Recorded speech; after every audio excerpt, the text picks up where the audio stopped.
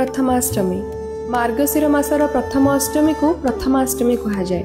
हेले काहेकि गीतारे भगवान श्रीकृष्ण कहिचंती मासानंग मार्गशीर अहम अर्थात भगवान कहिचंती मास मध्यरे से निजे होचंती मार्गशीर। तेणु मार्गशीर मास जे सबु मास मध्यरे उत्कृष्ट एथिरे कोनोसी दिमत नाही। एही आधार रे पूर्व काल रे ओडिया पांजी गणना अनुसार मार्गशीर हेउथिला प्रथम मास।